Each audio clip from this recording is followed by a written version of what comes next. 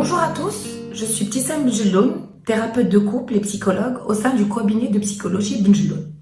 Aujourd'hui, je voudrais vous parler de la rancœur au sein des couples et de ses conséquences importantes dans le couple. J'ai en tête un couple qui sont ensemble depuis 20 ans. De prime abord, tout va bien.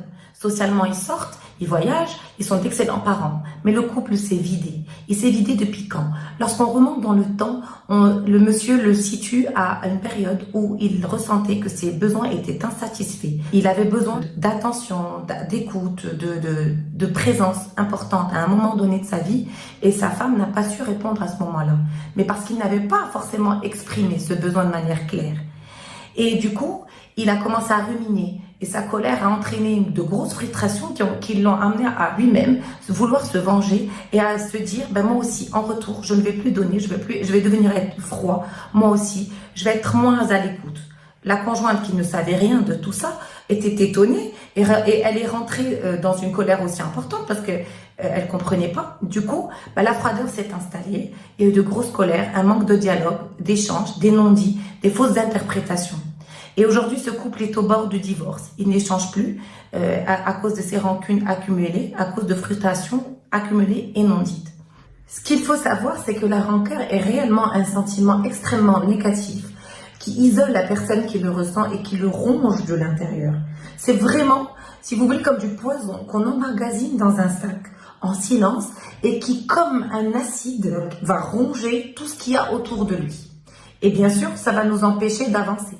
Ce qu'il faut savoir sur la rancœur, c'est que c'est un état affectif qui dure depuis plus ou moins longtemps. La personne qui s'estime victime d'une rancœur, elle ressent une forte injustice, une désillusion totale sur la personne. Elle est vraiment déçue, elle a un goût amer, c'est vraiment une blessure.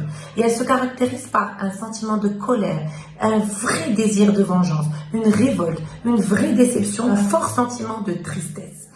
Et cette colère, elle peut durer depuis plusieurs années et engendrer des conséquences très importantes sur l'état psychique et physique d'une personne. Donc, que doit-on faire lorsqu'on a beaucoup de rancœur envers son partenaire? La première chose à faire, c'est d'en parler. Or, c'est vrai que la personne qui a des rancœurs évite d'en parler pour rester dans sa position de victime. Donc, il faut communiquer, mais pas en termes de reproches. Tu es odieux, tu penses qu'à toi, tu fais ci, tu. Soyez dans le jeu, ne soyez pas dans la série des accusations qui vraiment amplifient cette dynamique de bourreau-victime. Sortez de la position de la victimisation. Ayez en tête que la construction d'un couple, elle se fait vraiment à 50-50. Il n'y a pas un coupable et une victime. On est tous les deux responsables. De là, il faut alors prendre le temps d'exprimer vos besoins, vos attentes, expliquer à l'autre en quoi vous aviez besoin qu'il réponde à ça de cette manière. Le faire rentrer en empathie avec vous, lui expliquer en quoi c'était important pour vous. Et ce n'est que comme ça qu'on peut sortir de la rancœur. Il faut vraiment être dans un esprit constructif, pas destructif. Donc vraiment sortez du tu qui tue le couple et rentrez dans le je ressens, j'avais besoin, j'ai envie de. La deuxième chose que je vous recommande de faire, c'est vraiment de faire un travail sur vos blessures internes.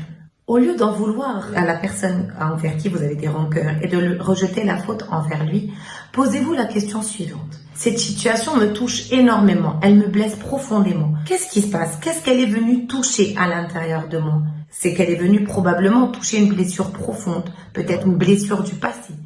Alors, je vous invite à aller faire ce voyage à l'intérieur de vous et d'aller comprendre ce que c'est venu réveiller.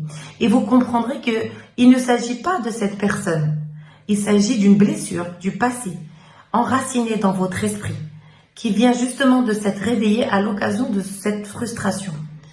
Donc, pour se défaire de cette émotion importante, ne cherchez pas un faux coupable. Allez directement à l'essentiel, à la blessure qui s'est réveillée à l'occasion de cette frustration. Et vous verrez que ce travail d'introspection vous aidera énormément à éteindre cette rage à l'intérieur. Et vous remercierez la personne qui est venue presque réveiller ça à l'intérieur de vous. En faisant ce travail de communication, de travail sur vos blessures internes, vous allez vraiment apprendre à vous affirmer, à repérer ce qui ne va pas au moment où ça ne va pas et le dire au moment où ça ne va pas avec les mots justes du moment, dans le contexte précis où ça se passe. Et quand vous allez apprendre à faire ça, vous allez forcément arriver progressivement à vous apaiser et donc à arriver au chemin du pardon. Ce pardon véritable où il n'est pas question de l'ego, où vous allez vous autoriser à peut-être faire le pas vers l'autre parce que vous allez sentir que c'est comme ça que vous allez grandir, que ça vous fera grandir d'aller vers l'autre et de vous expliquer. Surtout que vous aurez, comme on l'a dit tout à l'heure, vu qu'il n'est pas le seul responsable. Il y a du passé, tout ça, il y a des blessures, il y a des non-dits. Et si vraiment vous voyez que ça ne passe pas, que ces rancœurs ne passent pas, il ne faut pas hésiter à solliciter un professionnel, un thérapeute et envisager une thérapie qui va vous soulager, vous aider à aller frapper aux bonnes portes, frapper à la bonne porte de la bonne compréhension, de la bonne situation et vous aider à ne pas vous tromper de coupable. Et c'est que comme ça que vous vous sentirez apaisé. Parce que vous aurez compris, la rancœur n'entraîne que gouffre, tristesse, séparation et cassure de liens. Voilà, j'espère que cette capsule vous aidera à apaiser certaines de vos tensions dans votre couple. N'hésitez pas à me consulter pour vous accompagner dans ce chemin de l'apaisement. On est là pour ça. En attendant, je vous dis Ramadan Bark Msoud et je vous dis à très bientôt sur nos pages Facebook, YouTube et sur nos sites internet cabinet Psy Benjeloun. À très bientôt pour une autre capsule. Au revoir.